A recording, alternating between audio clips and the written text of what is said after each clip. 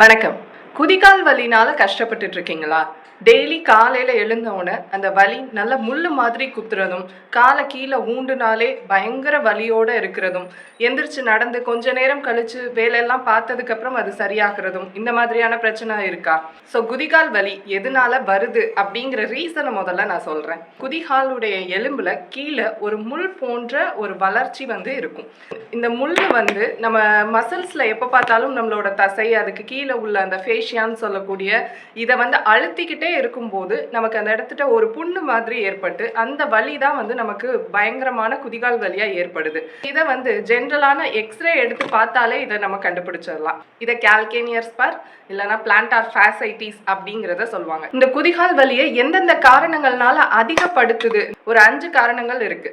முதல் காரணம் என்ன அப்படின்னா, உடல் எடை ஒபேசிட்டியா இருக்கிறது, ஓவர் வெயிட்டா இருக்கிறது. ஸோ நம்ம மொத்த வெயிட்டுமே நம்மளோட அந்த குதிகால் கீழே உள்ள பாதத்தை போய் குதிகால அழுத்தும் போது அந்த பெயின் இருந்துகிட்டே இருக்கும். இன்னொன்று செகண்ட் ரீசன் என்ன அப்படின்னு பார்த்தா, நம்ம போடக்கூடிய காலனி, ஃபுட்வேர்ஸ், ஷூஸு, ஃபுட்வேர்ஸ் ரெண்டுமே இருக்கு. ஒன்று சைஸ் ரொம்ப டைட்டா வாங்குறதும் ஒரு காரணமா இருக்கும். இன்னொன்று நம்ம போடக்கூடிய அந்த மெட்டீரியல்ஸ், ரப்பரா இருக்கட்டும், ரெசினா இருக்கட்டும், அந்த மெட்டீரியல்ஸ் ரொம்ப ஹார்டான மெட்டீரியலா இருந்துச்சு அப்படின்னா கண்டிப்பா இந்த குதிகால் வலியை இன்னும் அதிகப்படுத்துறதுக்கான சான்சஸ் நிறைய இருக்கு. மூன்றாவது காரணம் என்ன அப்படின்னு பார்த்தா, நம்ம வீட்டோடைய ஃப்ளோரிங். மெயினான ஒரு விஷயம், இந்த டைல்ஸ், மார்பிள்ஸ், கிரானைட்ஸ் இதெல்லாம் கூட நம்மளோட குதிகால் வலியை அதிகப்படுத்தி கொடுக்குது.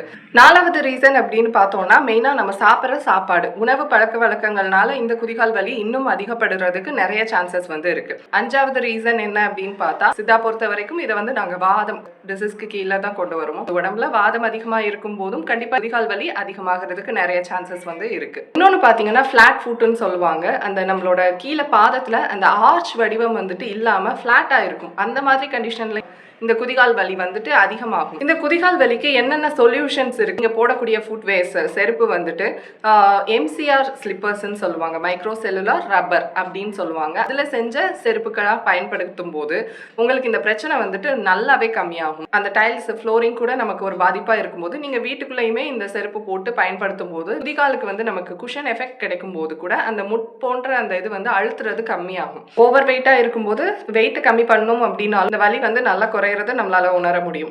உணவு பழக்க வழக்கங்கள்ல கண்டிப்பா உப்பு, புளிப்பு, காரம், இனிப்பு இதை கண்டிப்பா நீங்க அவாய்ட் பண்ணிக்கிற மாதிரி இருக்கும். துவர்ப்பு, கசப்பு சுவைகளை அதிகப்படுத்தும் போது இந்த வலி நல்லாவே கம்மியாகும். பாதம் ரிலேட்டட் டிசீஸ் அப்படின்றனால கண்டிப்பா கான்ஸ்டிபேஷன், மலச்சிக்கல் பிரச்சனை இல்லாம இருக்கணும். கண்டிப்பா மலச்சிக்கல் பிரச்சனையும் இது கூட இருக்கு அப்படின்னா இன்னுமே இந்த வலிகள் அதிகமாகிக்கிட்டே இருக்கும். நீங்க பெட்ல இருந்து எழும்போதும் சரி, நீங்க நைட் பெட்டுக்கு போறதுக்கு முன்னாடியும் சரி, கண்டிப்பா இந்த மாதிரியான எக்ஸசைஸ் எல்லாம் நீங்க கண்டிப்பா செய்யற மாதிரி இருக்கும்.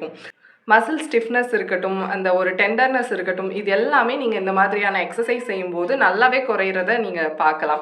ஸோ ஒரு ஆயில் மேலே அப்ளை பண்ணிவிட்டு நீங்கள் இந்த எக்ஸசைஸ் பண்ணீங்க அப்படின்னா இன்னும் நல்லாவே இந்த குதிகால் வலி நல்லா கம்மியாகும். இதுக்கு ஹோம் ரெமிடி என்ன பண்ணலாம் அப்படின்னா, எருக்கம் இலைகள் எடுத்து நல்லா அடுக்கி நடுவில் நல்லா நீங்கள் கட் பண்ணீங்க அப்படின்னா அந்த பால் பகுதி வரும்.